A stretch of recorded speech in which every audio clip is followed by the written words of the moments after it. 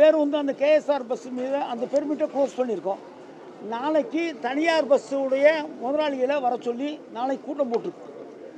எல்லா பஸ்ஸுமே ஒரு லிமிட்டுக்கு மேலே வேகத்தில் வர்றாங்க. அதை நமக்கு பார்க்குறோம்.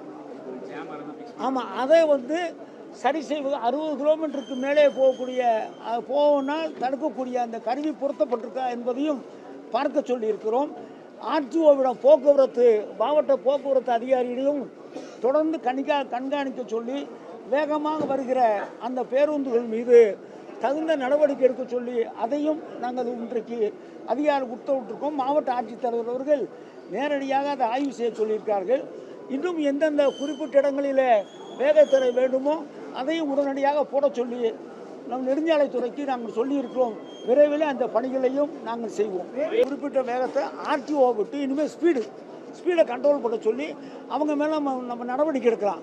ஒரு லிமிட்டுக்கு மேலே நடவடிக்கை எடுத்தால் அந்த பெர்மிட் க்ளோஸ் ஆகும்.